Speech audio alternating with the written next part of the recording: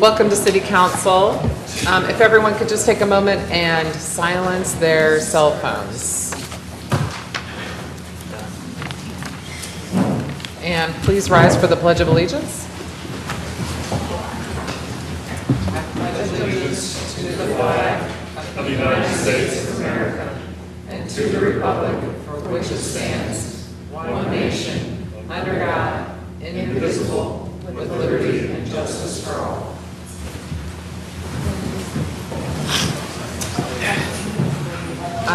Before we get started, I just wanted to mention that Julie Mayfield is not with us tonight. She is in Atlanta with her mother who just had surgery, and she needed to be with her, and she gave me permission to tell you that.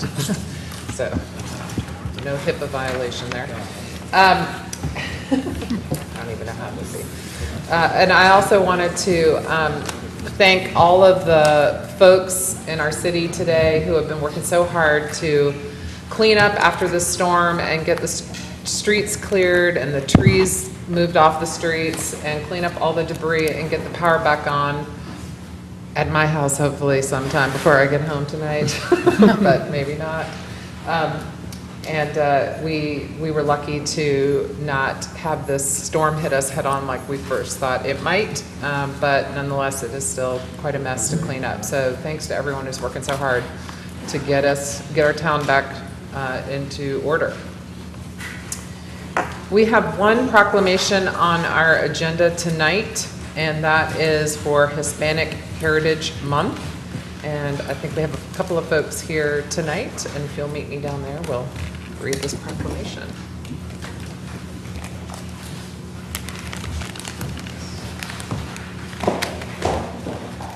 Do we have anyone here for this proclamation tonight?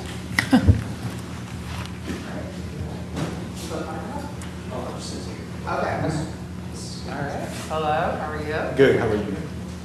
And if you want to introduce yourself to everyone? Yes, definitely. My name is Luis Serapio. I have lived in Asheville for 17 years. I am from Mexico. And thank you for having us here today and for recognizing our contribution to the city and our presence. Thank you. This is a proclamation that I will read. Whereas September 15th through October 15th has been declared as Hispanic Heritage Month to honor the role that Hispanics have played and continue to play in the economic, cultural, and social development of our nation. And whereas Hispanics make up a significant portion of the labor force, working as elected officials, CEOs, small business owners, entrepreneurs, and homemakers who provide leadership, guidance, and support of the values which strengthen our economy. And whereas Hispanics in the city of Asheville are unique leaders and exceptional role models in all professions and have distinguished themselves as smart and wise business owners, creating jobs, paying wages, and demonstrating that they are a positive force in our local communities and neighborhoods. And whereas Hispanic business owners, despite the many risks and personal sacrifices they encounter, continue to be inspirations to their families, employees, and the community, and whose success stories we can learn to emulate. And whereas when Hispanics succeed, our nation, our state, our region, and our city succeeds. And their potential should only be limited, by the breadth of their dreams. Now, therefore, I, Esther Manheimer, Mayor of the City of Asheville, do hereby proclaim September 15th through October 15th, 2017 as Hispanic Heritage Month in the City of Asheville, to recognize the many accomplishments and contributions made by Hispanics, and encourage all residents to learn more about the people who have played such an important role in our history.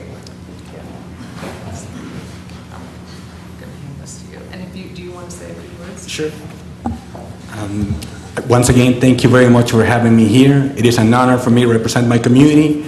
I am very excited. I do believe that I have never seen this happen before in Asheville. Perhaps it happened last year, I heard, but I was not here. So to be here means a lot, especially at this moment in the nation where all the things that have happened. So in the name of my community, thank you. One day I hope that Juan Sanchez or Lopez is there with you. Thank you. Thank you. You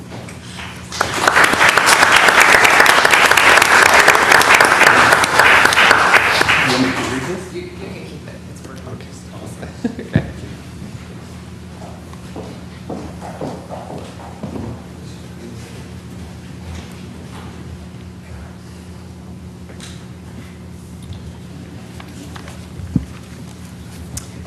Okay, we now have our consent agenda. Are there any questions regarding any item on our consent agenda? Yeah, I would like to take, Go ahead. I would like to take D, I would like to discuss D. Separately, you want a separate vote or just discuss it separately? Just discuss it separately. And I'd like a separate vote on F.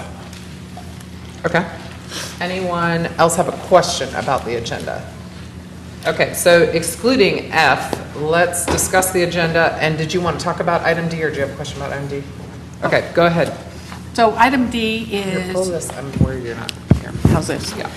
Item D is about changing the speed limit to 25 miles per hour, and there are, I didn't count them up, but an awful lot of streets, and I was curious how many streets in Asheville are now 25 or less, and what the effect would be if we made 25 miles an hour the de facto speed limit, and higher than 25 would be an exception.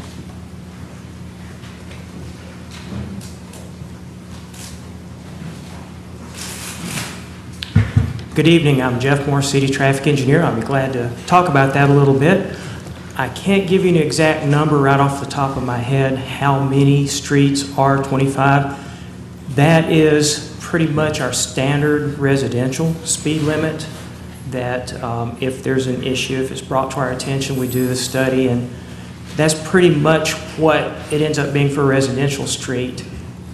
To make a citywide standard, one of the complications would be that in North Carolina, for a speed limit to be established, there has to be an engineering study. So in time, we will perhaps study all of the residential roads and determine that's the appropriate speed limit to ask for. I don't believe that there would be a way for us to legally say 25 is the citywide official, as in the statutory speed limit that the state has for a speed limit inside the city limits, and that's 35. So for us to do that, I don't believe there's a legal way without an engineering study for each individual road. It's my goal to hit each individual road and do that. Now, if we go and do a study and find that the speeds are actually lower than that people are traveling, say 20 miles per hour, I've actually got some out there where the speed limit, where the speeds that are being traveled are 18 miles per hour, setting a speed limit that's higher than that as the ordinance signed speed limit, it may have unintended, unwelcome consequences. So I'll be glad to get you an answer as far as how many streets are, how many miles of streets have the 25 or lower. Very few have 30. That number is shrinking even tonight.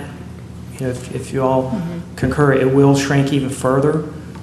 There are streets where they've been 30 miles per hour for years, but it's changed. The characteristic of that street has changed with more pedestrians, more transit, more circumstances that indicate a lower speed limit. So over time, I expect that to shrink even more. Yes, sir. Is that by rule or by statute? I believe that's I'm sorry, sir. When you mean, is that? Is that a law or is that a DOT rule? Great question. I believe it's a statute that states for the speed limit to be effective, it has to be the result of an engineering study. Other than 35. Other than 35, which is the default by statute. It's all state. It just seems like, we have so many streets that are 25, and we're spending time and surprising people with a 25-mile-an-hour speed limit, when in fact, I think that is the city's approach in residential streets, that it really should be 25 or even lower. So it seems... So it would take legislation, though, to Yes, make ma'am. 25 the default, and I would assume the law was put in place, some time ago when North Carolina was a lot less populated and Yes, Your Honor. things Yes, ma'am. made a lot more sense.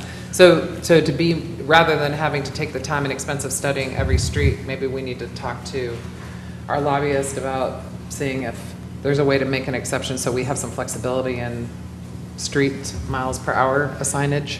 And not have to sign every single Right. street within certain visibility requirements, so that you can always, you're within so many minutes of seeing that sign. So Or is that something you would look at in PED to see? Either that or public safety. Yeah. Okay. You know, because I wonder if, how that needs to happen, if it's possible to have a local bill or if it would require a statewide change. We'd need to have some research to see what it would take to make that possible. I'm looking at Robin, because that would be. all right. Thank you. Any other comments on this item D? No. Any other questions about any other item on here? I just wish people would start driving the speed limit, Okay, and yes, people start driving the speed limit. or less. They're doing that on Kimberly Avenue now, I can tell you that. They seem to be. Yeah, it's better now. Yeah, it took quite a bit of enforcement. And stop signs. And stop signs. Do I have a motion? Motion to approve the consent agenda excluding item, which F. was Cecil? F, F. excluding item F. Second? Okay, we have a motion and a second. Is there anyone here wishing to comment on the motion to approve the consent agenda? Nope. All right, all those in favor, please say aye. Aye. Any opposed? All right, and now item F. Yeah, my concern about item F is it's presented as a request for qualifications, but the language in it is a request for proposals. And the reason I'm concerned about that is, having talked to some design people, they've indicated that they are loath to make submissions to a city when they're asked to prepare and present designs. And so what they say is what they like to do, if they have the opportunity, is come to a city with a demonstration of their past successes as qualifications first. Because for them to take the time to actually make a serious design is a time invested that they don't really want to do if they don't think they have a good shot at getting the job. So what we're doing by calling it a request for qualifications is we're limiting the number of designers who might come forward with ideas. And it seems, since we don't have a budget for it at all at the present time, I don't understand why we'd want to limit the input at the front end when we might get more ideas presented if we opened it up. So what I'm saying is, I think we want qualifications, not proposals. And yet the language of this says we're asking for them to bring designs to us. So I think, I just don't understand why that's a good idea. So I would, and I brought this, I mentioned this to Manager Jackson before, 2 months ago, I think. And I guess I would move that we redesign this as a request for qualifications, not a request for proposals. Do we have anyone who can speak to this item? Because it does say request for qualifications in the title on the agenda. It reads more like a... Sure. Good evening, Tyler Cochaney, Planning and Urban Design Director.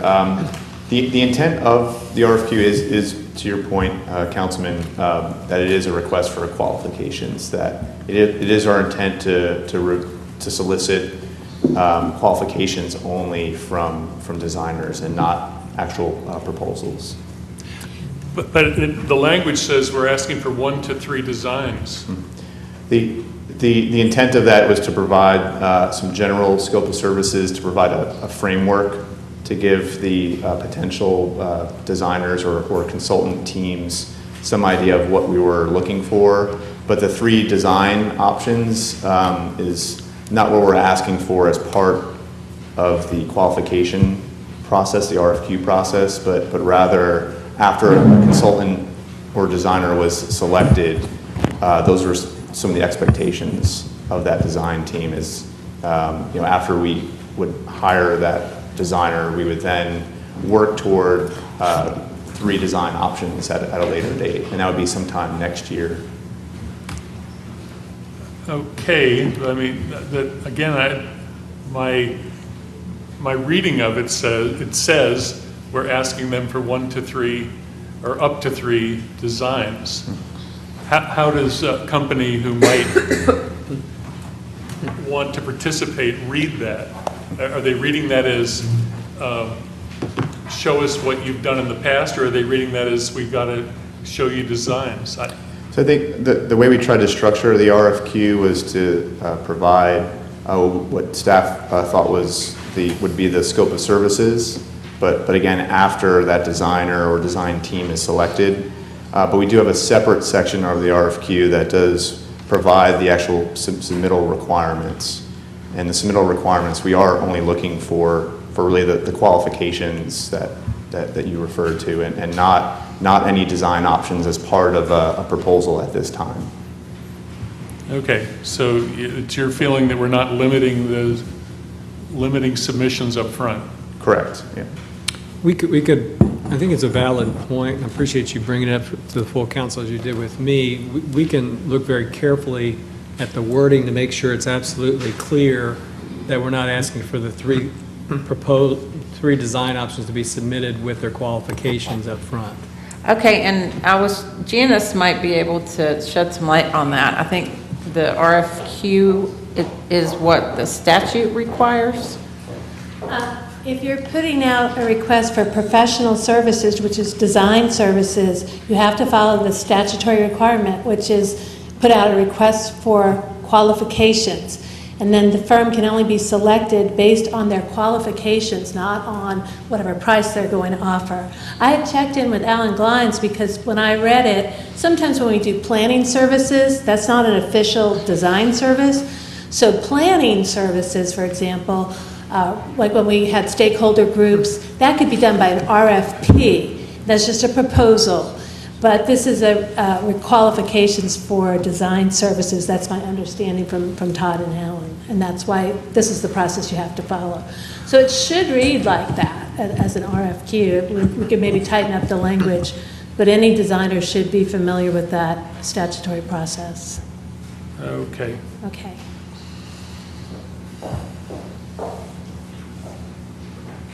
Okay. Okay, well, are yeah. you feeling satisfied? Yeah, I am. Again, the way I read it, it looked like we were asking for designs, but I see that we're asking for someone who could prepare designs. Move to approve item F. Second. All right, we have a motion and a second to approve item F. Is there anyone wishing to comment on the motion? All right, all those in favor, please say aye. I'm Any okay. opposed? Yeah. All right, mass exodus after the finishing of the consent agenda. We have no presentations and reports. We have a few public hearings. The first one is a continuation of the public hearing to consider the conditional zoning of property located on Triad Street from RS8 Residential Single Family High Density District to RS8CZ Residential Single Family High Density District Conditional Zoning for the development of a single-family residential project. And Jessica is here to refresh our memory about this. I think we got hung up on open space last time. Hello. Yes. Thank you, Mayor, council members, members of the public. So just to refresh your memory, you all discussed this at your meeting on the 22nd of last month. This is the site that's currently zoned to RS8. They're requesting to conditionally rezone it to RS8CZ because the proposal really closely mirrors a single-family subdivision. It's the construction of the new road and 20 home sites. The conditions that went along with this proposal, why the applicant was required to go through this process, is because some of those lots had a lot width that at the time of application was less than the RS8 standard. Now you all have passed that amendment, so but the time that this application came in, the minimum lot width was 40 feet. Also, some of the lots have a minimum lot area of 40,000 square feet, so that is really the crux of the conditional zoning. And then was the open space. And so, as the applicant explained when we met the last time, they were really trying to avoid the creation of a homeowners association when we have the requirements for open space in these residential developments, and typically they would be handled by a homeowners association. They were trying to avoid that so that there wouldn't be that additional cost burden to the homeowners. But it really seemed like it was difficult to avoid that. They were trying to propose alternatives where the open space could be met in terms of area, there would be that compliant amount of space that would not be developed, but it wouldn't be physically accessible to folks because it would be placed on individual lots, or to continue working with the neighborhood association to be able to come to an agreement where the neighborhood would be able to take over the management of that space, and it would be a separate lot. The direction from council was to come back with just a proposal and not have those alternatives hanging out there. So the applicant has revised their request to create that 21st home lot, and this was one of the alternatives that we showed the last time. So there's the 20 parcels that would be for single-family home development, and then that 21st lot that is not for development, it's just for the open space. So they will then have to create a homeowners association that would manage that. They are still talking with the neighborhood association, and so there's the possibility that that could happen. They could take over the management and maintenance of that parcel, but there's no condition any longer to restrict access to the parcel. There's no condition that the open space would be handled on individual home lots. It is compliant with what the UDO requires. So that is really the basics and completes my presentation on where things stand right now, but I'm happy to answer any questions. Well, this isn't really exactly to this project, but as I was thinking about this and this idea of open space, under, you know, how the city planners look at this, is open space does that mean it's available to the public, or is it available only to the people in the subdivision? When it's a residential subdivision, the UDO does stipulate that it has to be publicly, I don't have the wording right in front of me. I don't believe that it means that everyone in the public has to be able to go into it. Because there would be a homeowners association, right, that group could restrict, okay, that access would just be for the folks that live there and their guests. It doesn't, we don't say in the UDO that it has to be for anyone to go into. Okay. I just wanted that clarification. Thank you. Mm-hmm. Anyone else have any questions? Does the applicant want to speak again on this, or you do? Okay, we're ready for you. I'm here. Good evening. Mike Vance with Mountain Housing Opportunities. So this development in front of you, I just wanted to mention, is part of a growing homeownership program for Mountain Housing Opportunities. I talked to quite a few of you over the last couple of weeks, and maybe you weren't clear that this is a big push that we are moving forward with, and it is. In addition to 20 down payment assistance loans that we're going to provide this year, we will begin construction on 23 new single-family homes. This is the largest number of single-family homes constructed in 1 year by our organization, and we're on track to increase that to 30 homes next year. The majority of these homes will be sold to low-income households. Last year, the average household income of the 44 low-income home buyers that we helped to build was $30,424,000. So just below $31,000 is the average annual income of the folks that we serve. This is what we do, and we're good at it. We'd like to do more of it. Buildable lots in the city with water and sewer are now priced well above $50,000. So we often develop the lots that we build on. Mostly these are minor subdivisions. However, to increase our production to 30 homes per year, we need more land, and larger subdivisions allow more homes.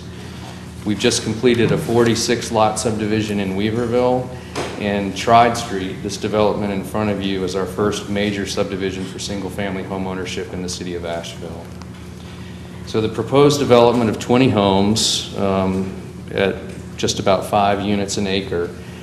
What we're asking for, as Jessica mentioned, is just that minimum lot size of 4,000 square feet. We're not asking for an increase in density from that RS8 zoning. The smaller lot sizes will allow us to build 4 additional homes and reduce the average lot cost by 20%. MHO prefers mixed income approach in housing development. It creates stronger neighborhoods. Market rate homes also help to support those that are affordable. In a development like Tride Street, we don't have all the funding to make all 20 homes affordable, but the site is suitable for the 20 homes. So offering some homes to higher income households helps us reduce land costs by spreading it across more homes. We fully expect that more than half of all homes at Tride Street will be sold affordably, but at this time we're only committing to the 20%. We appreciate your consideration, and I'm happy to answer any questions. Do you all have any questions? No? Or do you have anyone else that you would like to speak Not from for the us. applicant? No? Okay. I'm going to open, we've already had the public hearing on this. Do we need to open it again? What? No, we don't. I'll make the move. You're ready to make a motion. I'm just making sure we don't need to have it. I would just probably, in an abundance of caution, make sure that no one had any comments as to that individual condition, number 6. Okay. On the open space condition. Right. So we'll open the public hearing in a limited capacity to the issue of open space. Does anyone wish to comment on that? We will have a motion, so there will be another opportunity. Okay, I'm ready with your motion. I move to recommend approval of the conditional zoning request for Mountain Housing Opportunities, Inc. for properties located at 3, 10, 12, 18, and 9999 Tride Street from residential single-family high-density district RS8 to residential single-family high-density conditional zone RS8CZ, including the requested conditions, and find that the request is reasonable, is in the public interest, and is consistent with the comprehensive plan and other adopted plans in that, 1, the proposal supports the strategies found in the city's comprehensive plan on infill residential development and affordability.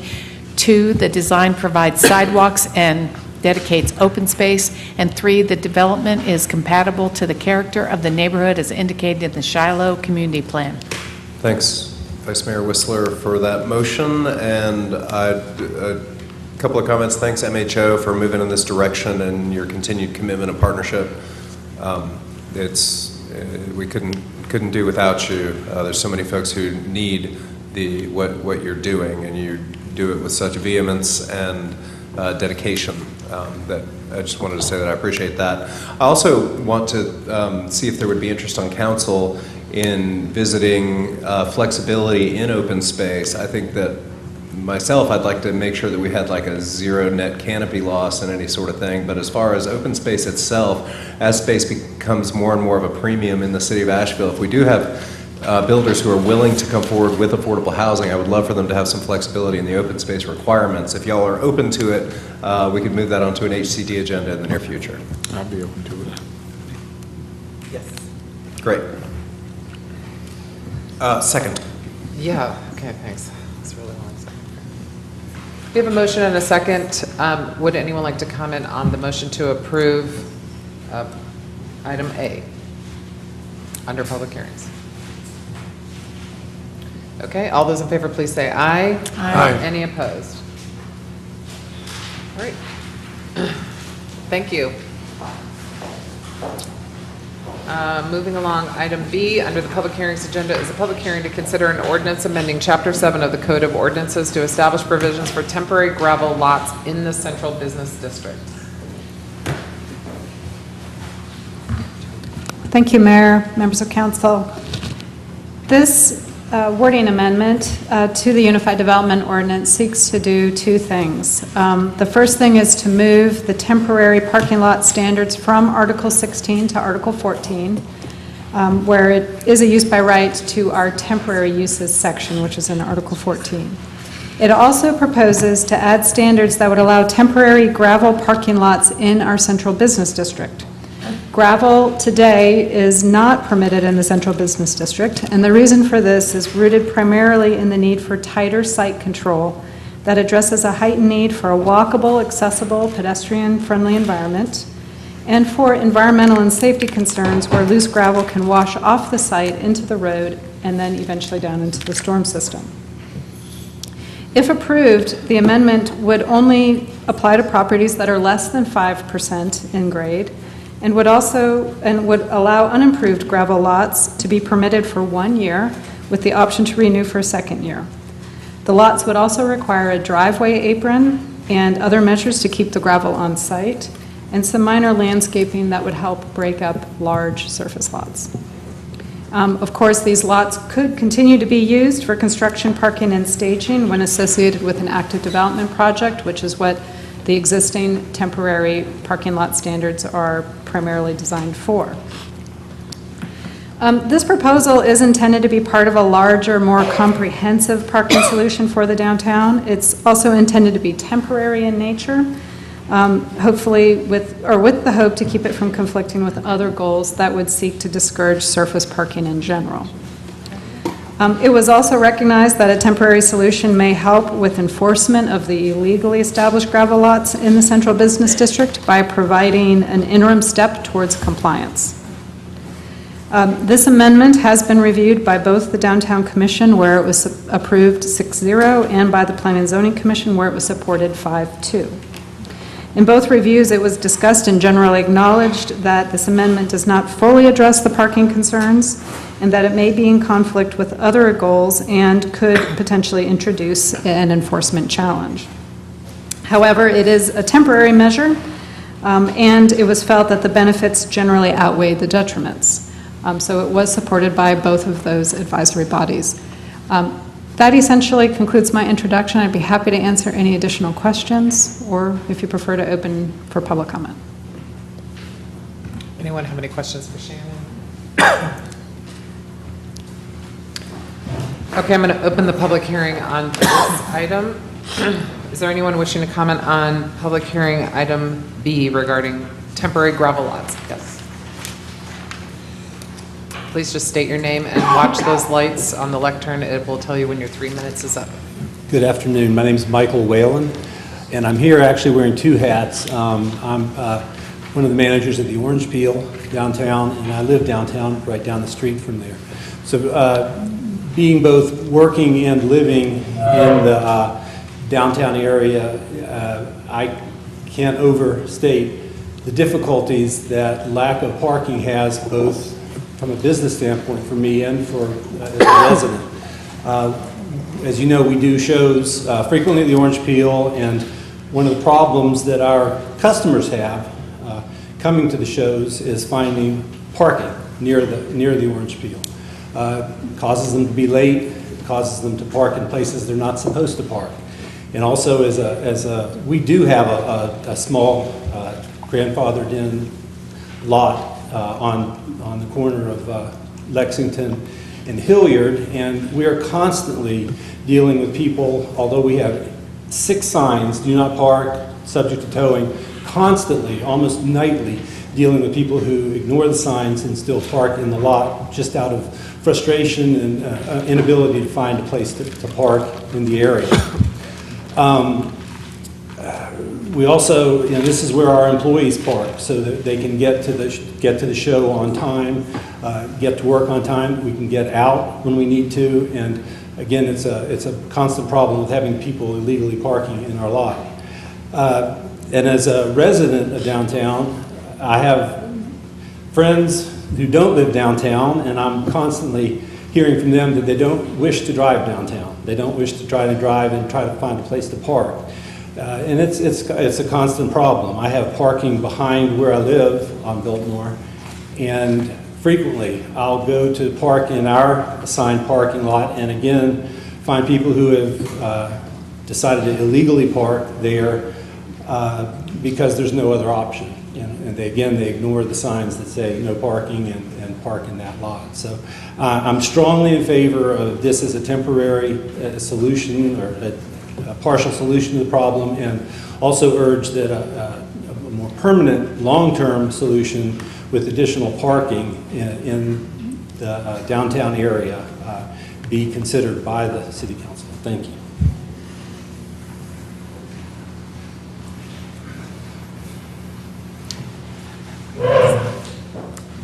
Hello, thank you for listening to me today.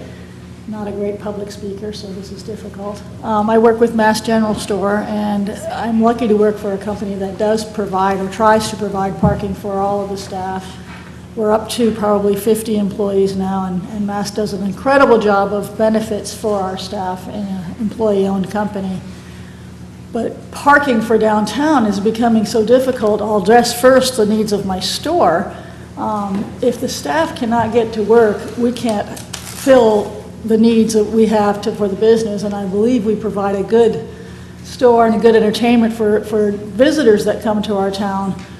But staff parking has become almost impossible. I have pieced together different places, all within like 3/4 of a mile, that's 5 people are parking in one lot, 6 people are parking in another lot, there's a few more in another lot, and then I have to release them in the timely fashion that they can get to their spaces together, so nobody wants to walk alone at night. They're forced to drive without public transportation that will accommodate the hours that the store is open. So I am very much for, the benefit of these gravel lots that folks can afford to rent by the month, and we can afford to give parking to our staff by the month. And this 1 year with another year extension, I think, is definitely a hope. But my concern is that at that 2 years, that there's some other solution, because if employee and workforce can't get downtown, they can't live downtown, they can't drive into town and find a place to park, this is going to be even a greater problem in 2 years, because it appears that our town is growing in a wonderful way.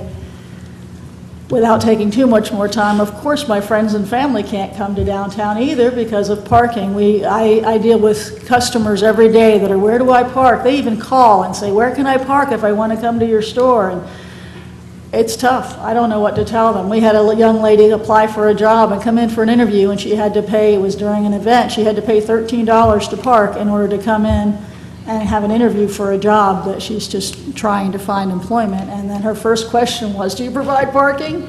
Because she couldn't work with us if we didn't. So I respectfully request that we do find a temporary solution. Yes, is very commendable. And then please plan for the next time out of what we can do for the city to help, bring the servers and bring the retail staff to be able to come to work. We need them. Thank you for your time. Can you state your name for the? My name's Carmen Cabrera. Thank you. That buzzer's about to go off. It's okay. She's got it. Not very. You're good.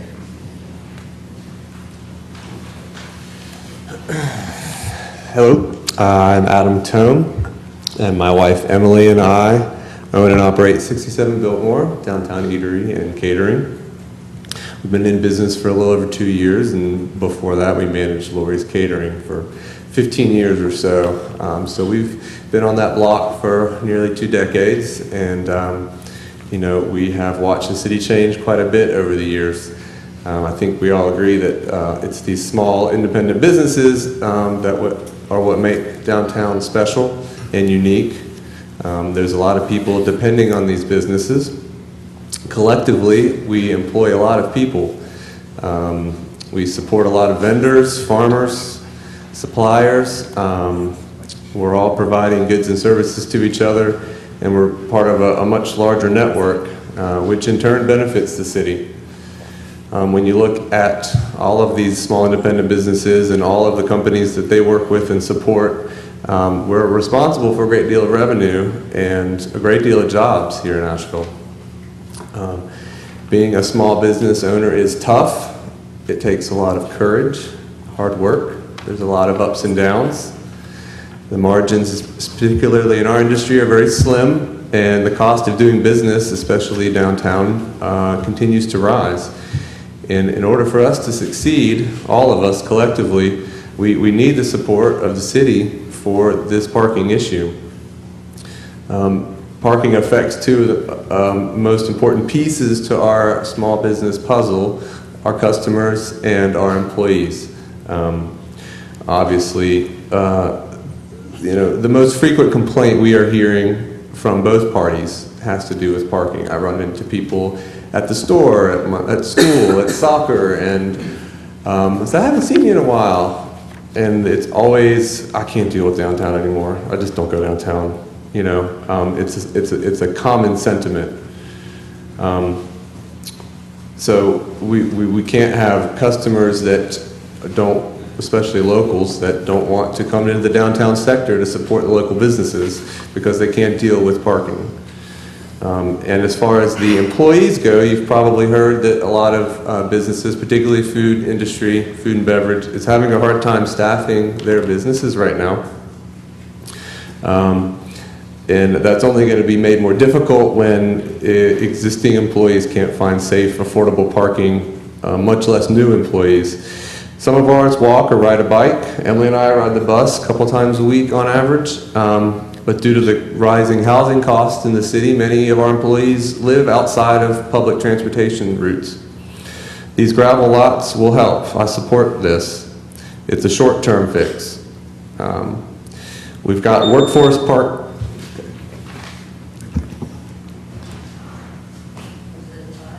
Yes,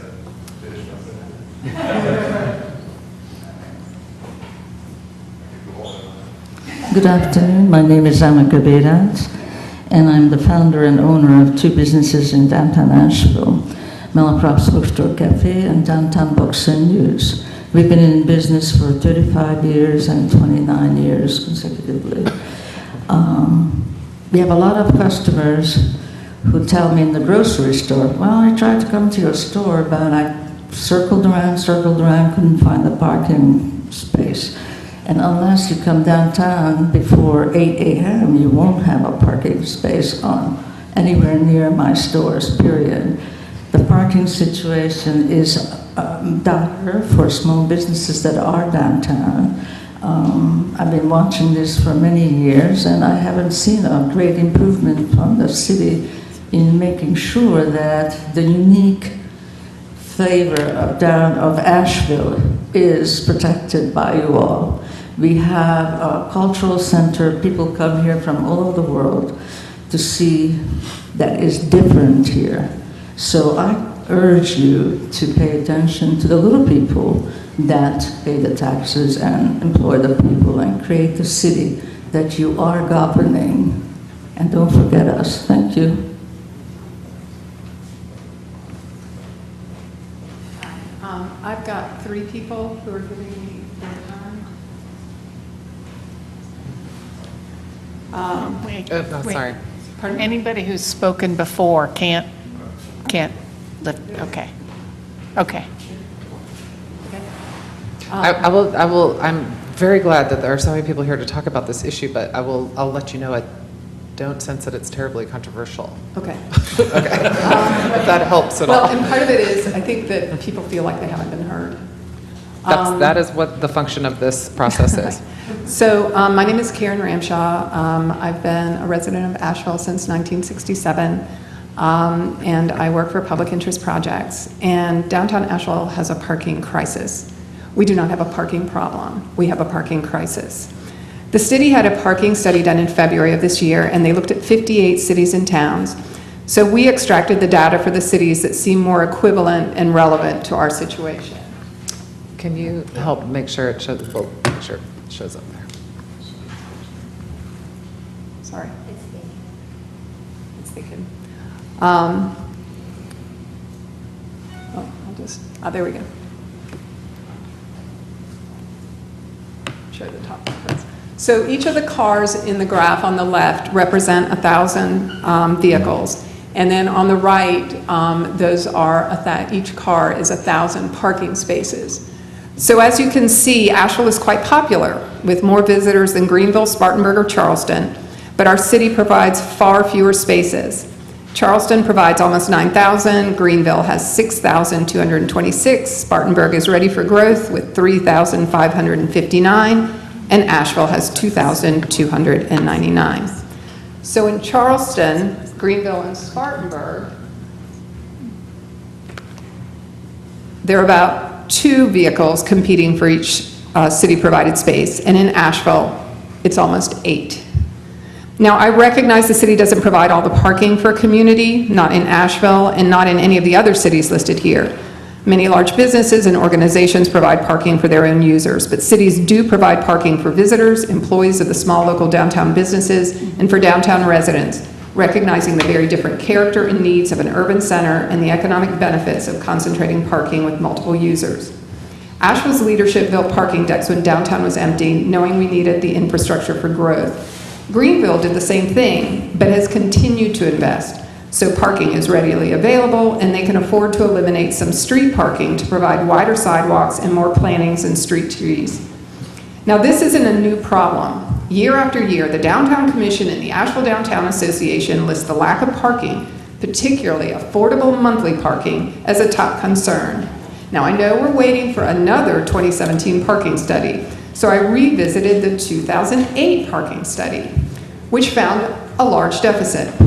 At the time of the study, the City of Asheville planned to add 1,817 parking spaces, understanding that there would still be times of the day where there would be a 500 to 600 space shortfall.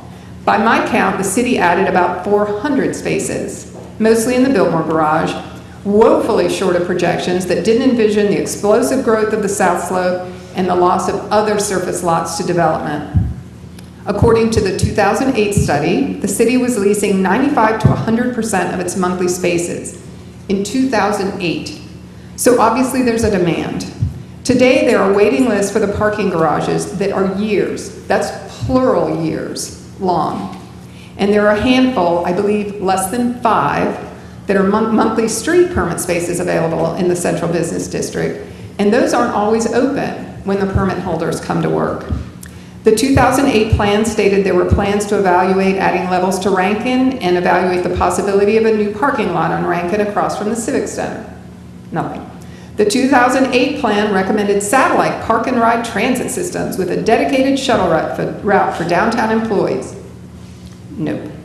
The 2008 plan advised the city to look for opportunities to acquire land for additional future parking, stating, the city should take every opportunity to acquire necessary real estate before costs escalate. Not only has no property been purchased, but in an early meeting this year, we were looking at a map and I asked staff to point out the properties that had been identified by the city as suitable for parking structures. None. There's a popular narrative in this community right now that parking is for tourists, so we shouldn't care about it. But lack of parking hurts locals. Many of our neighbors work downtown, but parking is unavailable and or unaffordable, and the simple act of getting to work is stressful. Many downtown jobs are not 9 to 5, and the cost of housing drives folks to the further reaches of the county. So transit isn't a realistic option for many downtown employees, particularly employees of small businesses. Tourists will circle 20 minutes or pay whatever to park, but locals will not. And locals are feeling shut out of their downtown. Many proudly declare, we never come downtown. I mean, we've all heard it. So our kids aren't playing in Splashville and running around Roger McGuire Green, and we're not running into friends and neighbors on the sidewalks as we listen to local musicians or hang out at the drum circle or wander through the new shows at the galleries before heading off for dinner or coffee or chocolate or a beer. You know, all the things that people travel here to experience. And that's a shame. But you can't really blame locals. I came downtown over Labor Day. When the Laugh Festival was downtown, the city was charging $9 to park at the Civic Center. $9 for our all local, somewhat local, all original, free street festival. And it's not the fault of parking services. When you don't have adequate parking, your primary management tool is to price people out of the market. You know, they really don't have a choice. And some people are saying that parking should be the responsibility of developers. So, hello, Aspen. And you might as well roll out the carpet for the chain stores, because the lack of public parking means a lack of housing diversity downtown. Building dedicated parking is expensive, particularly on smaller parcels, and this dictates high-end luxury or short-term rentals. If the parking situation requires developers to include structured parking, the city is effectively dictating no affordable or no workforce housing downtown. And what's the point of pushing developers to provide more affordable housing downtown if monthly parking is unavailable or $125 a month? So private structured parking also requires higher commercial rents. threatening local businesses, while the general lack of public parking threatens their ability to do business. I mean, we've all gnashed our teeth about chain stores coming downtown, and we're pushing building owners to offer lower rents to small local businesses. But what's the point if they're forced to leave because their employees can't get to work and their local customers can't afford or find parking? So why should the city provide parking?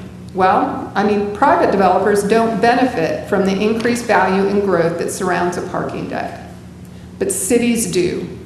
We did a study back when we were looking at the 51 Biltmore Garage project, and we looked at property values and city property taxes around the Civic Center, Rankin, and Wall Street parking garages in the 3 decades after they were built, and saw private investment and property tax increases that were 2 to 3 times higher than the rest of downtown. So not only does the city get paid back through parking fees, and the newest Biltmore project behind the Aloft is far exceeding income projections, but the city also benefits from the value of surrounding properties, particularly when surface lots can be converted to higher and better use. And we can just look at the public-private partnership at 51 Biltmore. There were 2 properties at the location. There was a surface lot with 99 parking spaces that paid less than $10,000 a year in property taxes. And there was the Hot Dog King, which probably didn't pay any more. Today, those parcels contain the Biltmore Garage, which added much needed parking to the area and is generating an income stream that surpasses expectations. Will soon, I hope, have 32 additional housing units, many which meet workforce housing guidelines, and the Aloft Hotel, which alone is paying over $360,000 in property taxes. And ask the nearby businesses what's happened to sales now their customers can actually get to the shops. Parking garages are good investments. The city makes money. And larger garages with shared parking and less dedicated asphalt are better for the environment, free up scarce city center, they concentrate disruption for pedestrians, they contribute to equity by offering reduced parking fees for service workers or locals or lower income residents. Local government and local policies decide if our city center is inclusive or exclusive. And our current crisis is a crisis of leadership. As Asheville has grown, we have failed to provide the infrastructure necessary for growth. We've allowed an anti-hotel, anti-tourist narrative blind us to our own complicity in ceding our downtown to visitors. The city staff has insulated itself. The City of Asheville non-emergency staff currently uses 15% of the taxpayer-provided parking spaces downtown. And we also pay for the city to lease a 24-space private lot for its employees. There is no member of city staff on a waiting list for a parking space. And no city staff are using the street spaces, which are not often available. City staff don't pay for parking. City staff can ride the bus for free. What if we turn those spaces over to downtown service workers and let the city try to run a business without parking? If you have any more comments to make that are typed up, you can hand them to Sarah and she'll pass them around. Thank you. Is there anyone else wishing to speak on this item?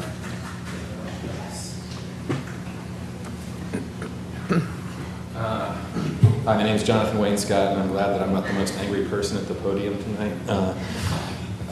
One of the things I think that we should consider is, our current pit of despair until we know exactly what we're going to do with that and exactly how we're going to pay for it. It's sitting right there. It's a gravel lot, and I know that a lot of people have put in some effort recently to spruce that up a little bit, but currently we have this one problem, of course, is a small Band-Aid, considering how much parking that we need. I think that we need to look at all of our city properties and see how we can immediately start using them. And I would like to explore ways that we could perhaps incentivize people who have private lots that simply don't want people to park on their lot after dark, that kind of thing. If there's any kind of rebate on their water bill or something that we can do to incentivize the use of that space, I think that would be some things that we could do in the short term while we eventually figure out what we can do to alleviate these problems. Thanks. Is there anyone else wishing to speak on this item? No? All right, I'm going to close the public hearing. Do I have questions, comments, or a motion? I'll make a motion. I move to approve the wording amendment, adding standards for temporary parking lots in the CBD, and find that the request is reasonable, is in the public interest, and is consistent with the comprehensive plan and other adopted plans in the following ways. 1, modifies development standards to support a changing local economy, and 2, supports the creation of necessary parking infrastructure in the downtown. Do you have a second? Second. All right, I have a motion and a second. Any other questions, comments? All right, all those in favor, please say aye. Aye. Any opposed? And I just have a thought on the issue of parking. I know the county is about to finish up a 600 space plus parking deck on Cox Avenue, and I know there's some question about whether any of those spaces will be available on nights and weekends for the public to use. So I don't know if staff could follow up with the county and find out what their plans are, if we can get an update. That was part of the conditional zoning. Yes. My understanding was that that was still an unknown, that they would look at it, but they weren't definitively saying whether or not they were going to be available on nights and weekends. Let's definitely relook at that and make sure we got it right. Okay. Where's the TDA on building that one down there? They were talking about coming in on some parking garage. I don't know, and Julie's not here tonight to give us a report as the liaison, so I don't know. Maybe we can find out some information about that as well. Okay. Appreciate everyone who came out tonight for that item. All right, item C under the public hearings agenda is a public hearing to consider zoning 421 Airport Road to Highway Business District. Shannon Tuck is here to speak on this item.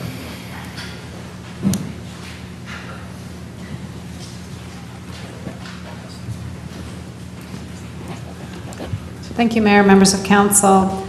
This particular property located at 421 Airport Road may look or sound familiar to some of the council members. Back in June 27th of this year, this property voluntarily annexed into the city's jurisdiction.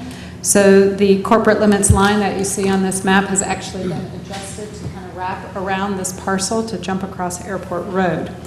The parcel is 1.26 acres and is currently under development for a high turnover restaurant. It is directly adjacent to highway business zoning, and as a result of the annexation, we need to apply a zoning designation to this property, both because of its proximity to the highway business as well as because of its current development pattern being very similar and consistent with the highway business zoning designation. Our recommendation is to zone it highway business. Be happy to answer any questions. Does anyone have any questions of Shannon? Does the property owner have a speaker tonight or no? I'm here. I'll have to answer your questions. Okay. I'll open the public hearing on item C on the public hearings agenda. Is there anyone wishing to speak on item C? I will close the public hearing. Questions, comments, or a motion? I move to approve the assignment of highway business zoning to the subject property and find the request is reasonable, is in the public interest, and is consistent with the comprehensive plan and other adopted plans in the following ways. 1, it promotes voluntary annexation as a development tool that offers high-quality city services to urbanizing areas. And 2, supports smart growth through compatible infill development that takes advantage of existing infrastructure. Second. All right, I have a motion and a second. All those in favor, please say aye. Aye. Any opposed? All right, thank you. And I know that Barbara is speaking on the next item, and I don't see her, but we are moving very quickly. Oh, you are here. Okay, sorry. The next item is a public hearing to receive public comments on the proposed limited obligation bond financing for various capital projects and acquisitions, as well as the refinancing of existing debt, and to also hear public comment on the special obligation bonds as part of the overall plan of finance. And Barbara's going to make a presentation. I know I need to read this attachment to the agenda, but I assume we'll wait for Barbara to make the presentation first. Okay. I'm Barbara Whitehorn, Chief Financial Officer for the City of Asheville. Mayor, members of council. Tonight, I'm just going to give a really basic overview of the kind of debt we're issuing and what we're doing this fall as far as debt and projects, because I know we've talked a lot about debt, and the city's bond projects, especially with the GO bonds that passed in November of last year. And the first point I would like to make is that this is separate from that.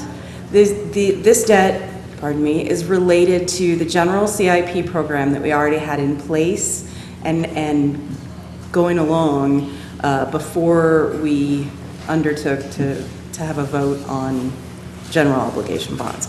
So different project group, and from there I'll just go on. And I do have a final project list that is online, and after I go through the presentation, I'll put it on the Elmo so people can see it.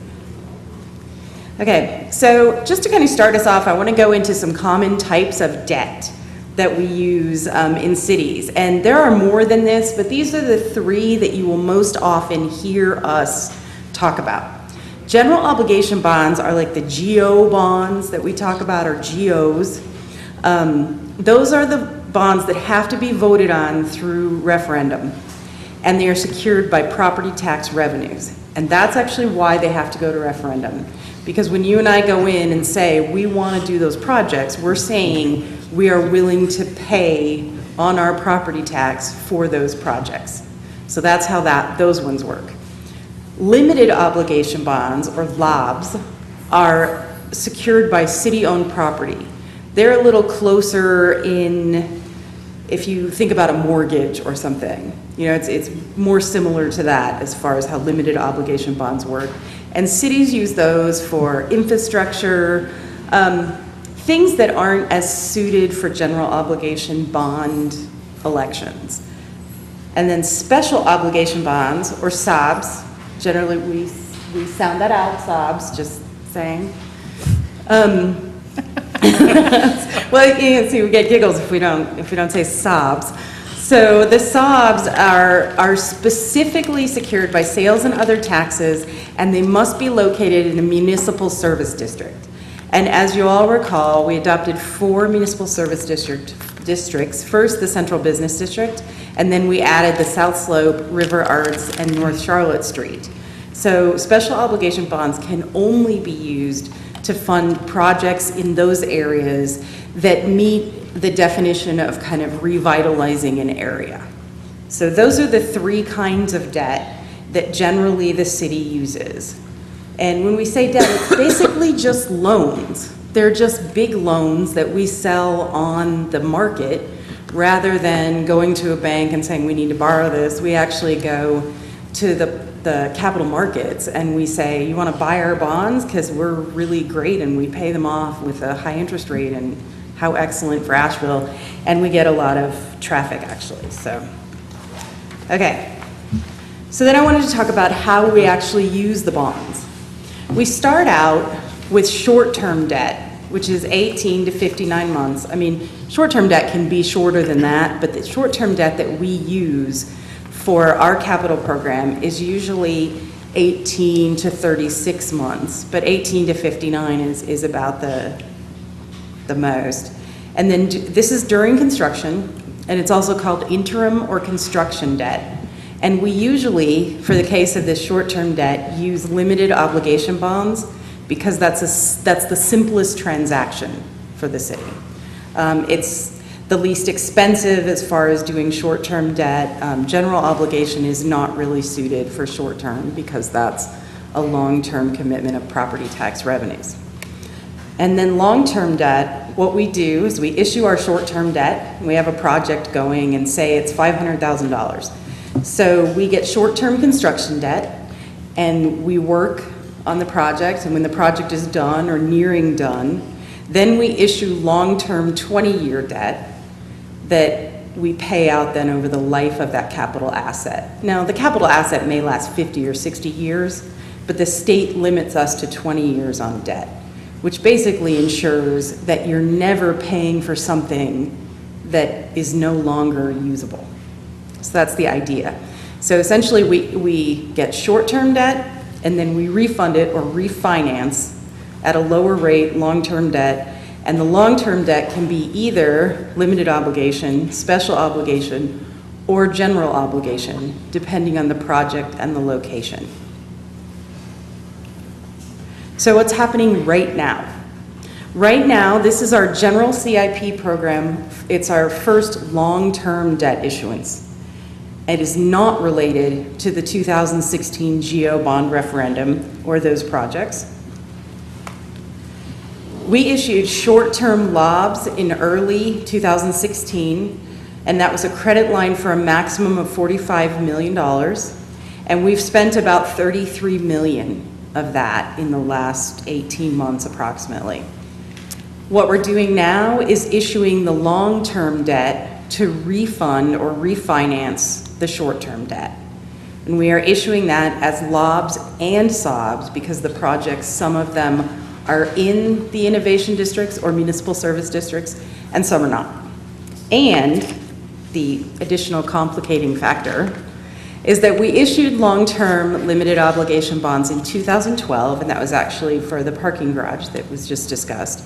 And we have a potential savings if we refinance that debt, given the market rates right now. We normally wouldn't do a refinancing for a savings of $655,000 because the cost of issuing the debt would offset too much of that savings. But since we are already issuing long-term debt to refund our short-term debt, that savings is just kind of a bonus that we can throw in there by refunding these 2012 bonds.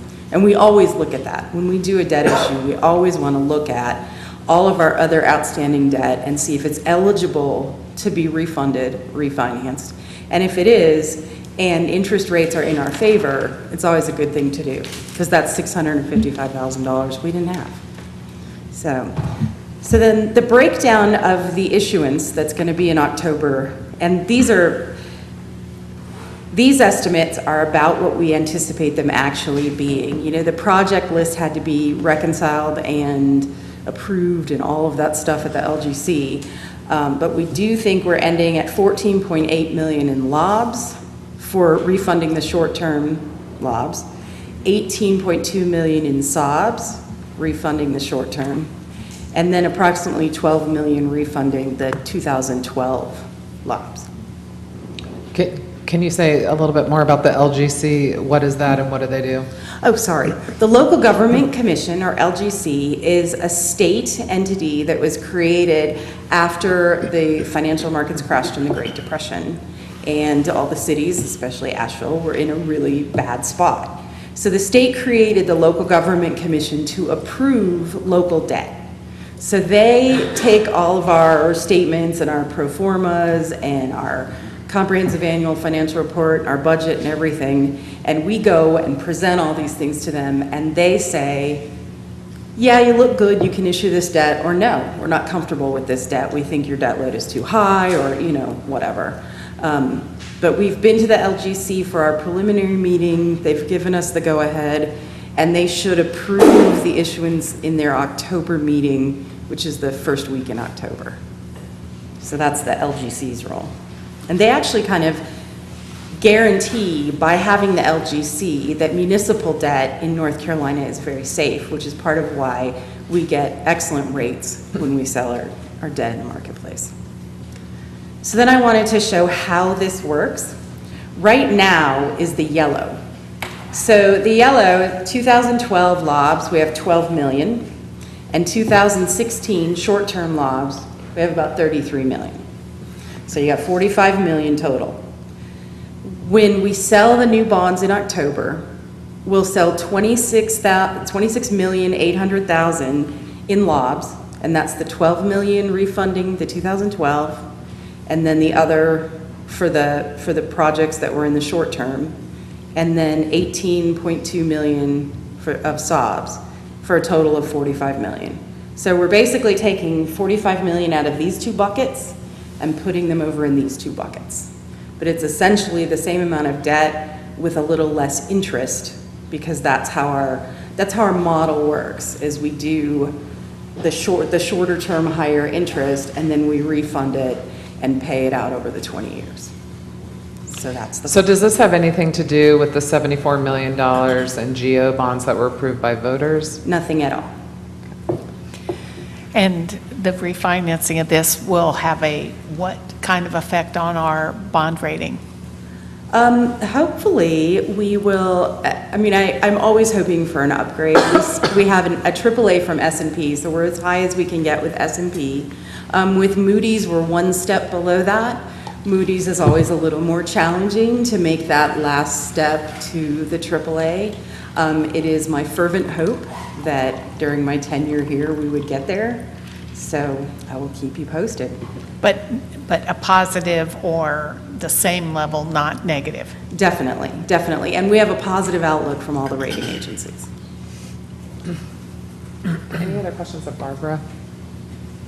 Okay, now I need to read this statement, and And I'll put this project list up, and then I'll sit down. Okay, yeah.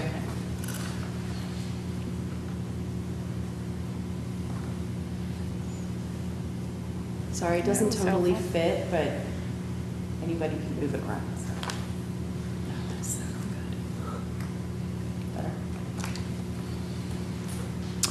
The City Council adopted a resolution on August 22nd, 2017, which called a public hearing on an installment financing, which is being done through a limited obligation bond financing structure and a related special obligation bond financing for September 12th.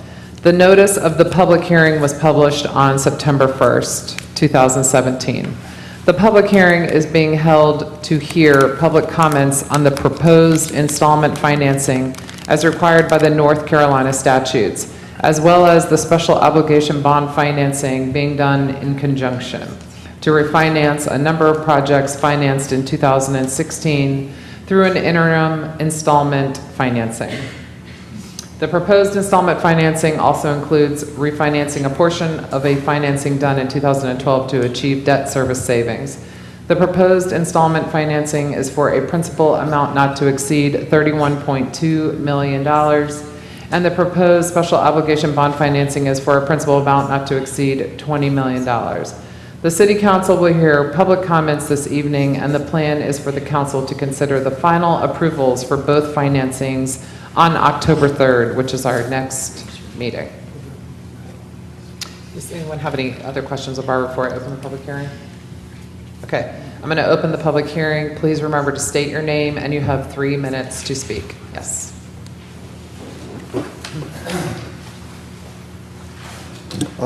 Chris Peterson.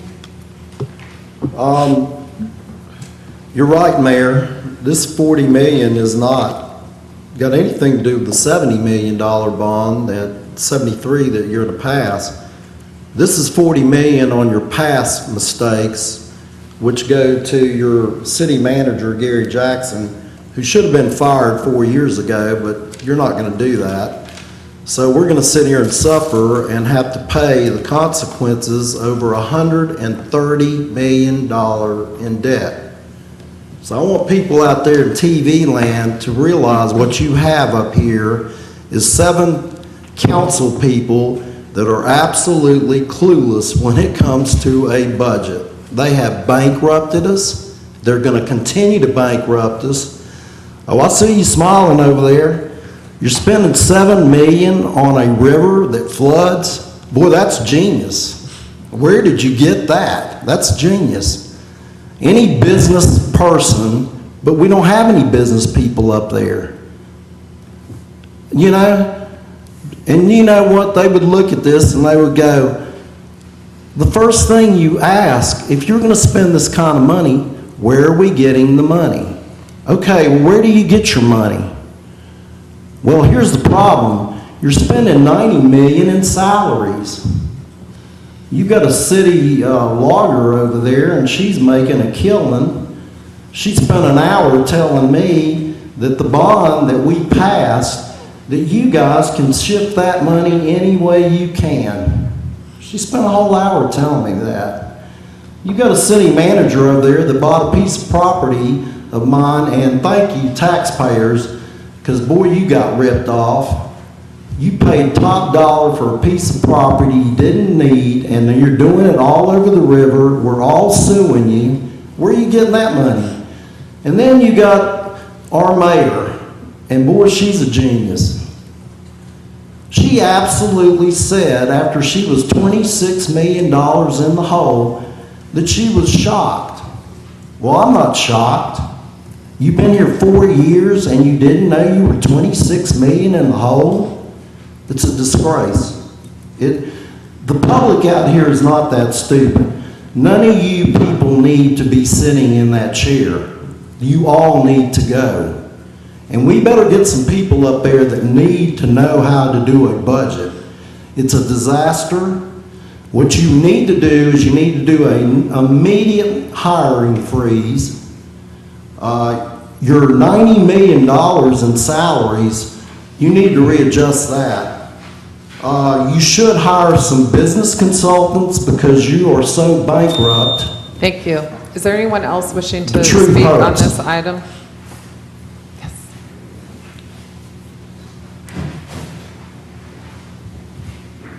Hi, my name is Jonathan Wainscott. I'm starting to get kind of a feeling like it's the roaring 20s in Asheville. We've seen so much prosperity in the last, 5, 6, 7 years, but we're not keeping up with being able to pay for all of these things. See, a lot of these projects aren't even done yet, and this is money that the bonds are paying for work that's already been done. I totally understand taking the construction loan and sort of refinancing it into the mortgage, which is essentially what we do on these capital improvement projects. That all makes sense, but what doesn't make sense is how much money we're spending and how effective some of these things are. Craven Street is way over budget. Eagle Market, I don't believe is done yet. We've got $7.3 million in the Tiger 6 projects. Until yesterday, it was my understanding that RADTIP was going to be funded from the GO bonds, and now I'm told that that's not happening. So we still have to fund RADTIP. This is $45 million of debt that we already have. We know we got $74 million of other debt that we've just piled on. Plus, we're going to have to pay for the rest of RADTIP. That's a ton of debt. And so even though it may be cheap for us to pay it back, the principal is incredibly high. I'm really concerned that our GO bonds, that are backed by property taxes, if we're doing that when we're setting the property taxes in this boom era, what happens when property values decline and our tax base falls from that? We're going to have to raise our tax rates up in order to pay for these bonds. This seems like a really precarious situation. I am appalled that we are also using City Hall itself as collateral on these bonds. I mean, I think that's just kind of a symbolic, that we got to lean on our own City Hall to do this, to pay for stuff that's already been done and stuff that is yet to be completed. So I would like a bigger, more complete picture of what it is that we think that we're going to be spending in the years coming, with better information about exactly how much all of that stuff is going to cost. If we don't know what it's going to cost 2 years from now when some of these construction projects get underway, we can't even get bids for it. This is so much money. That's what concerns me. Not the issuance of a bond right now to consolidate debt. That makes sense. But the amount of principal that we have doesn't make sense, and what we're going forward. I don't know if the GO bonds would have passed if the public knew that we already had this much debt in the first place and we were so far away from completing the projects that we've started. So that causes me quite a bit of concern. Thank you. Yes.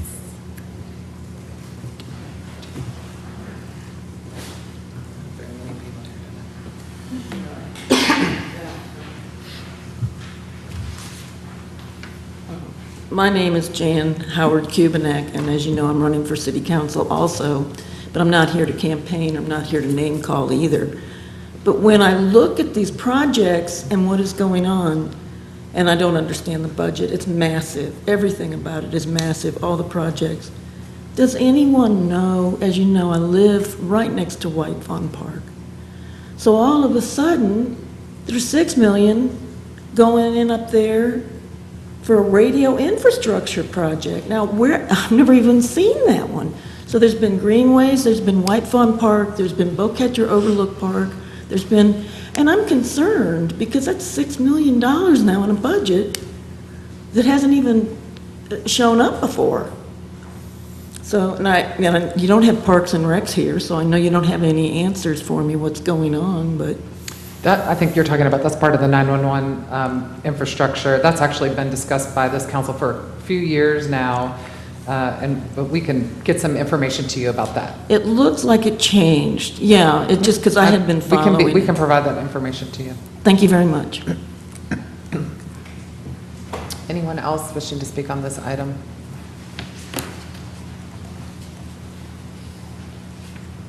I'm going to close the public hearing. Do I have a motion? Questions, comments?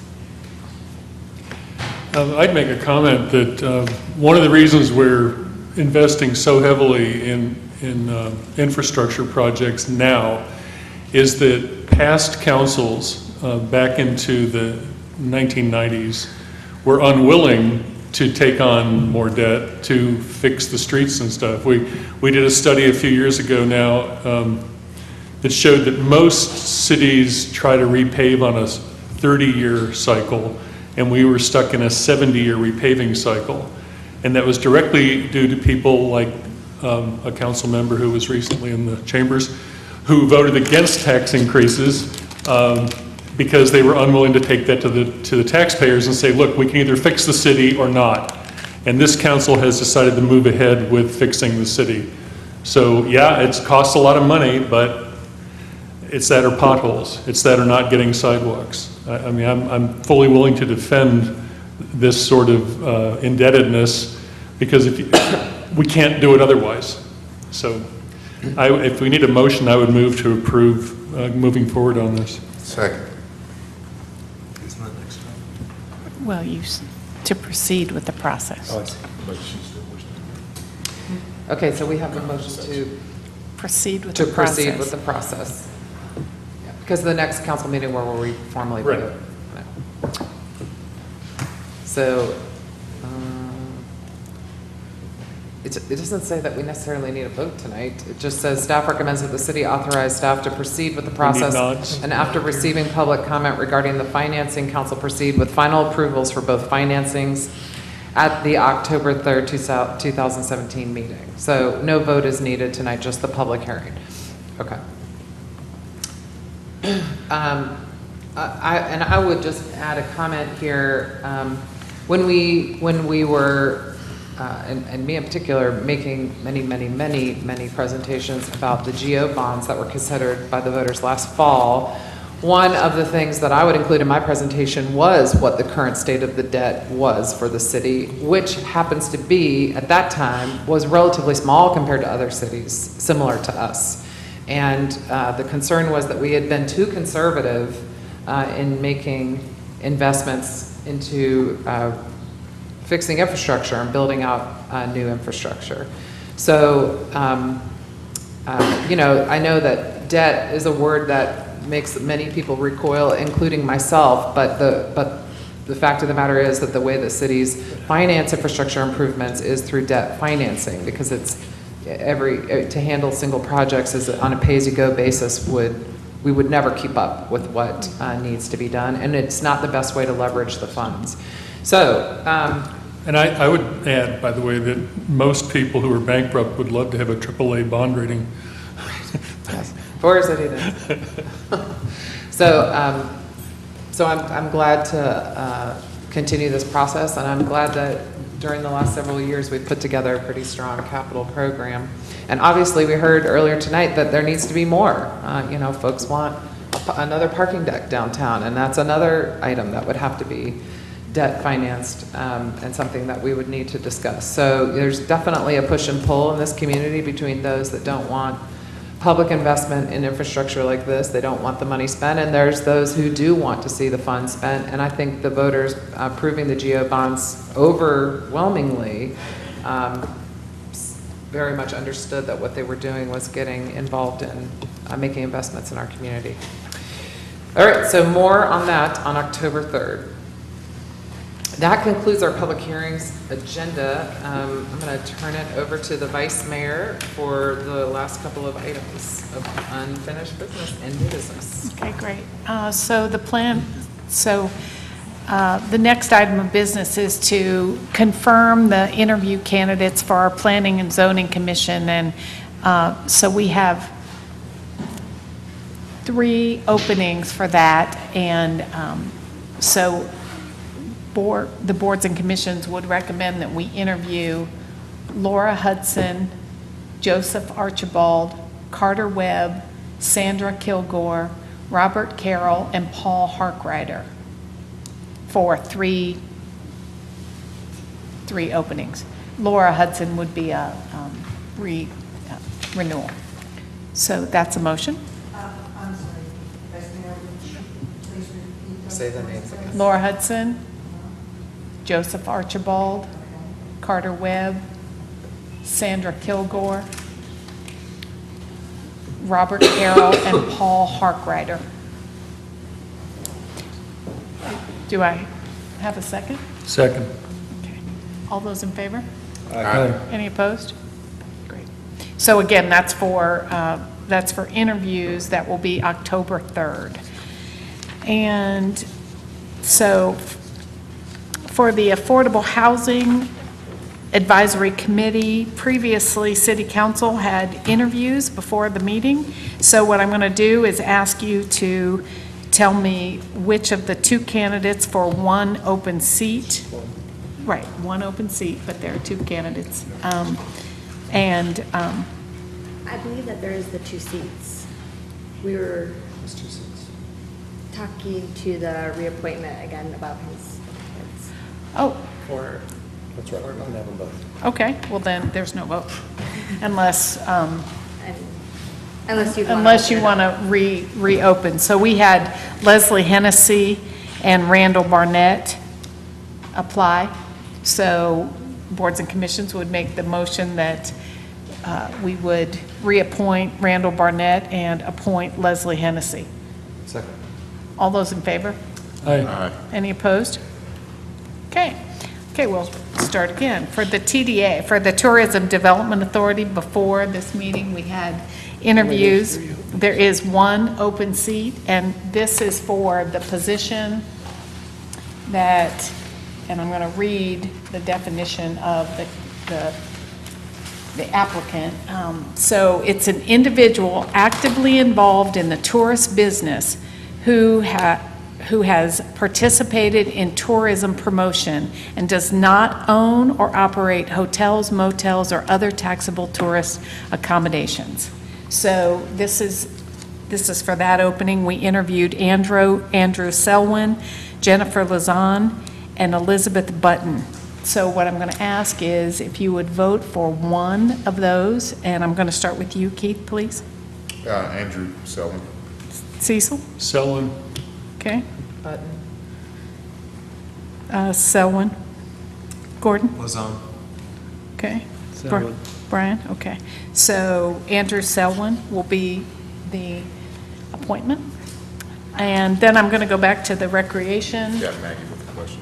Maggie, you I'm have sorry? a question? So what, oh no, she got it. Okay. And for the Recreation Board, there is one opening, and the Boards and Commissions Committee would recommend Jeff Luttrell. That's a motion. Second. All those in favor? Aye. Any opposed? Once again, we have amazing candidates, and we really appreciate all the community. I mean, it's great to have such competitive, qualified candidates and keep them coming. Okay. I don't have any other items on the agenda. We will have a closed session, but first we have an opportunity for public comment. If you want to, I've got a few people that signed up, so let me do the sign-ups, and then I'm going to, I've got 2 that signed up, 3 that signed up.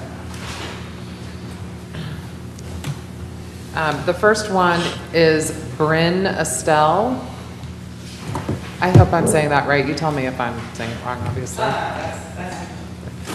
You have 3 minutes. Just watch the lights on the lectern. Rad. All right. Greetings, and thank you for your time. My name is Bryn Estelle.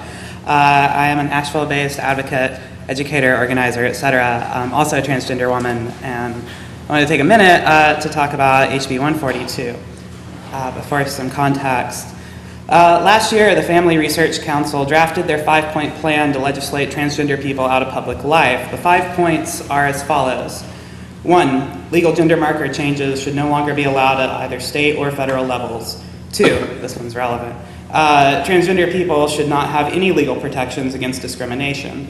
3, transgender people should be denied access to public facilities in accordance with their gender identities.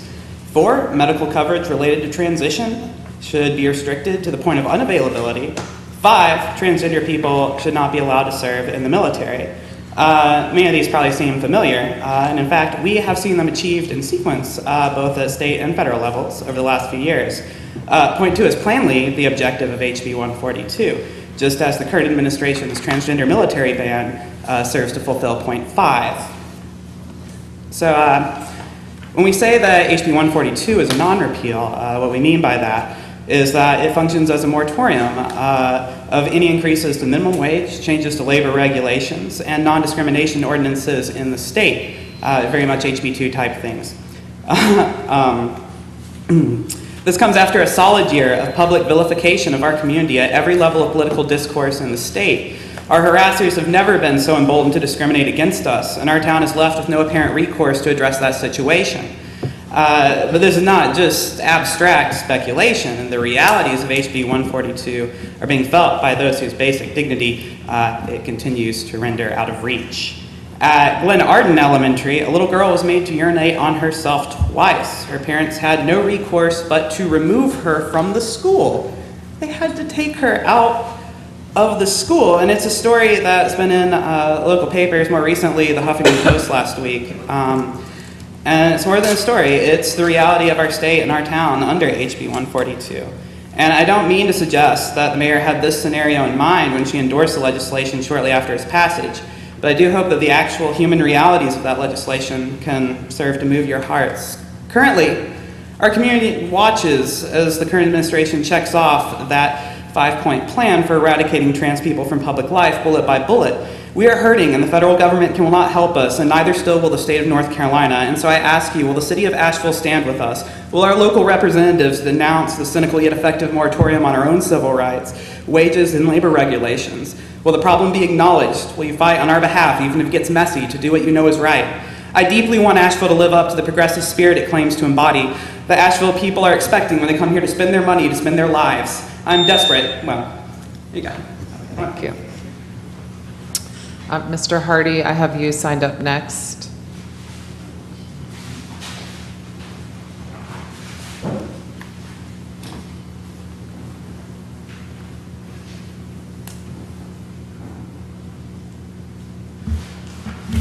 Madam Mayor and distinguished members of the council, first of all, I want to thank the individuals on your staff that participated in assisting me with the Southside Family Reunion with the theme of stopping the violence.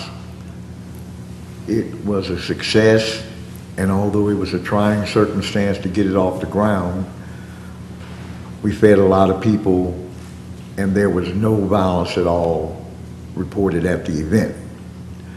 The next item that I want to suggest is that I don't know whether or not I need to be placed on a consent agenda or what.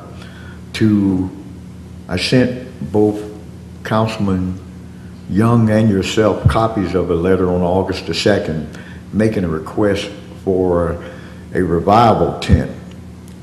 If I had not put it on my Visa card, the event wouldn't have taken place. I would like to be, if necessary, put on the consent agenda to request council for reimbursement to my credit card.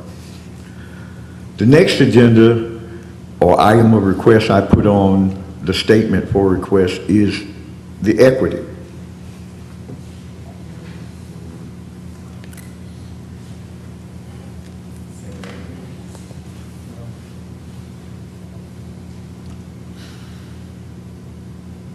This is a copy, well, these are pictures of Kenilworth Park and tennis court.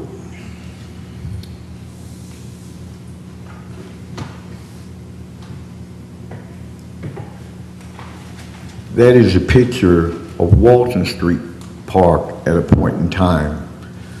What you see there is negligence, really, of the people that you pay to even cut the grass. They hadn't even bothered to get the grass off the court itself. Also, I approached you about an issue at the last council meeting in reference to Walton Pool and Park becoming an historic site. I also bring to your attention that Floyd McKissick, Shirley Hemphill, Floyd McKissick was president of the Corps and the father of Soul City. Shirley Hemphill was a comedian, both internationally known, both residents of Asheville. We have a Martin Luther King Boulevard and Martin Luther King Park, and Dr. King made it as far as Montreat. We don't have a bobblehead doll representing Floyd McKissick or Shirley Hemphill, and they are born native Ashevilleans. Something is wrong with this picture. So I thank Mr. Jackson, who told me that I'll be back. Thank you. Casey Campfield.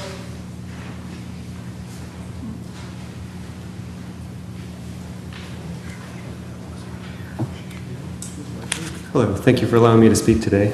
I'm here today to publicly give my support to Bryn Estelle and to affirm the need of a condemnation of HB 142 and a local non-discrimination ordinance. If we're to establish ourselves as a city that is open to people of all walks of life, we need to make a firm public stand against bigoted laws like HB 2 and HB 142. Members of the city government have expressed concerns about a legal battle with the state, which most likely would ensue. But activist groups like the Campaign for Southern Equality have repeatedly offered to pay for legal expenses associated with this kind of legal battle, so this argument doesn't really hold water. I think this would be a strong message that you could send to your constituents, to the people of North Carolina, that we do protect people of all walks of life, and that Asheville is an open place that's going to protect its citizens. Thank you. Thank you. Yes, now I am done with the sign-up sheets.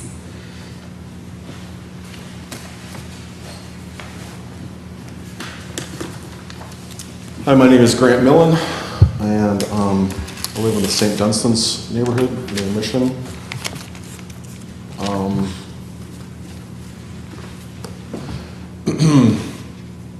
And I'm here to talk about your last city council meeting where in new business, the item A, repeal resolution 9559, changes to the City of Asheville Americans with Disabilities Act Title II policy.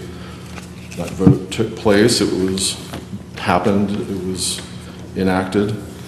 I'm developing a nonprofit, hopefully, and would love to include a program supporting justice, equity, diversity, and inclusion for Americans with disabilities. I have now submitted the City of Asheville Americans with Disabilities Act Compliance and Public Transparency Resolution. Among other elements, this resolution directs the city manager to release comprehensive ADA performance data within 15 days. If that data was being effectively compiled, it would be easy enough to make public. This information cannot be attained by citizens or journalists doing records requests. Since City Council and City Manager have not been willing to discuss these kinds of matters in public with a proper supporting civic engagement process, this resolution presents the challenge tonight. Mayor, suspend your committee process, being there is no identifiable committee that is covering ADA issues currently, and you all discussed that last week, as a matter of fact, last meeting, as a matter of fact. Initiate dialogue on the resolution and move to enact the resolution before adjournment tonight, September the 12th, 2017. I saw an elderly African-American man who was using a cane fall quite violently at the ART bus station last week. Rather than saying more about me and my anecdotal observations of this nature, the mayor the mayor providing less than 3 minutes for community analysis tonight on City of Asheville's ADA compliance program. You all, I see a lack of attention by City Council that creates more red flags. And earlier tonight, you all voted on, let's see, yeah, $270,000 and $270,484 for a facilities condition assessment and diagnostic study. but the ADA transition plan and self-assessment requirements were not mentioned. I'm sorry if you all do not understand the ADA transition plan and self-evaluation process. You're missing it big time. If you've got any written comments that you weren't able to finish, you can pass them to Sarah. This is evidence supporting what I'm talking about. Thank you. City of Portland, ADA Thank you, Greg. transition plan compliance on the web so people can see it. You don't have that. Is there anyone else wishing to speak? I don't have anyone else signed up, but this is an opportunity to speak if you haven't had a chance to do so. Okay, we have a closed session. I'm sorry to interrupt your flow here, but just briefly, I just wanted to mention with Hispanic Heritage Month, I just wanted to do a follow-up with the manager about Spanish language translation and kind of where we've gotten to on that. It was something we discussed a couple months ago, and I just wanted to check in. There's quite a bit of work that could be done in terms of putting together a multicultural communication plan. We provided some information on where we've been and what the communication and community engagement office is doing. We'd be happy to follow up with more additional information or to pursue any specific strategies the council would like us to pursue. Just seeing if there's nods for just kind Yeah, of continuing to investigate what's available there, get a menu of options of some variety. We could look at it in governance, I think. That sounds good. Okay. Good stuff. Sounds good. Closed session motion. I move that Asheville City Council go into closed session for the following reasons. Number one, to prevent disclosure of information that is privileged and confidential pursuant to the laws of North Carolina or not considered a public record within the meaning of Chapter 132 of the General Statutes. The law that makes the information privileged and confidential is North Carolina General Statute 143-318.10A3. The statutory authorization is contained in North Carolina General Statute 143-318.11A1. Second, to consult with an attorney employed by the city about matters with respect to which the attorney-client privilege between the city and its attorney must be preserved.